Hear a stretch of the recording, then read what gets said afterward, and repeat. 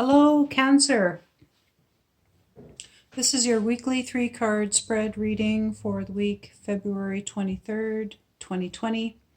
I am really sorry I haven't been able to get this uploaded sooner. I am just dealing with some stuff, I guess, due to the Mercury retrograde. That's the only thing I can chalk it up to anyways. I had all my readings done for Friday night, and I was going to be doing my videos and uploading so that it would all be done for Sunday, and that just didn't happen. So here I am. I'm trying just like everybody else during the retrograde, and there's still at least half of the portion of the week left, so let's get on with your reading. I pulled for you today Truth for your situation card, Time for your challenge card, and for your guidance card, I've pulled Impeccability.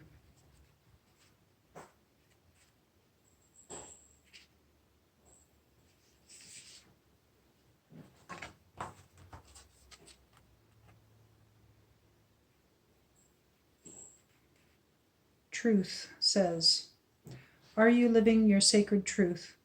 Your being is like a spirit lodge. Within the sacred place is the realization and the divine light of your creation. Live in your spirit lodge surrounded by peace and joy. Outside your lodge is the great wilderness where the rest of the world lives. But that wilderness can become a battleground stained by the blood of ignorance and earthly pain. To have lasting power in the world, you must earn the trust of those around you. Most people live without trust and a sacred place within, without a spirit lodge. And as such, they do not know how to enter the spirit lodges of others. Live within your sacred truth so that you may know peace and joy in the great wilderness and beyond. The painting is entitled Touchstones of Eternity. It depicts a sacred place through which one can stay in touch with the universality of mind and spirit.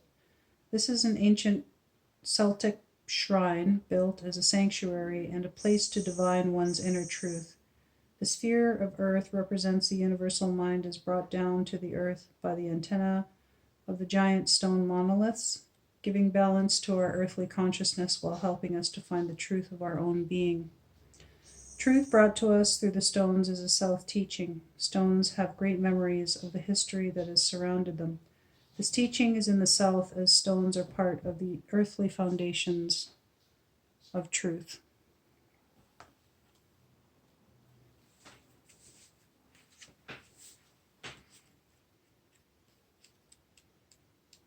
And for your challenge card, we have Time.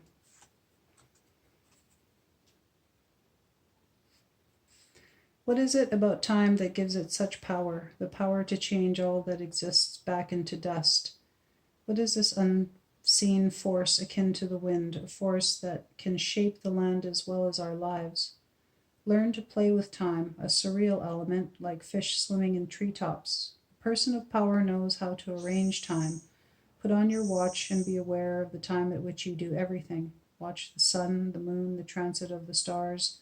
Find out the time that Venus is lowest in the sky before dawn. Be aware of your physical cycles. When you get hungry, when you sleep.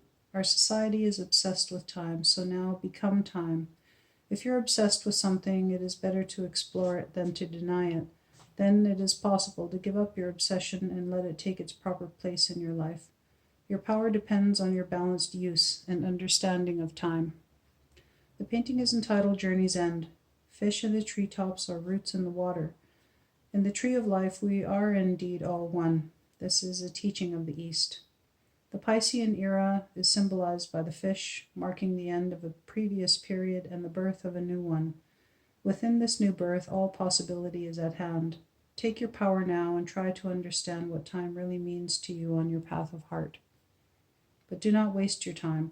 You only have a moment in this lifetime. On the other hand, you must have patience in order to create perfect timing.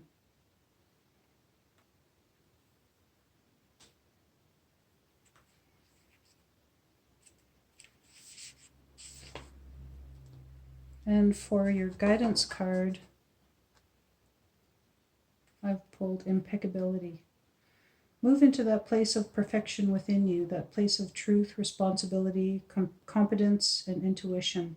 Collect your discipline like a Buddha meditating in a garden of snow. Excuse me. Impeccability is an area of strength that continues to flame within, maintaining your power and intent. This flame burns in your center always, indicating the level of your capabilities and your effectiveness in bringing events into being. Impeccability is tended by the attentions of your sacred witness, that person within you that constantly observes the target. Gather your power with impeccability, with the intensity of a rubber band pulled and held at its breaking point, and focus your intent for the job about to be done. The painting is entitled The Bright Dance. The Snow Buddha demonstrates the centered shaman spirit within the stillness of a winter garden as two cranes dance nearby, displaying the innocence and harmony of the sacred spiral within all life. Stoic and grounded, the stones of wisdom speak to this ancient memory which is retained within Mother Earth. Impeccability implies male action in the world, but before there can be movement outward as an explosion into the world, there has to be the impeccable feminine receptivity and stillness within one's being. Then there is true power and intuition within the warrior. Impeccability is in the north. Hibernation and winter imply a time of gathering and going within, a time of letting go of what you do not need so that you can be unhampered and as an impeccable warrior of spirit.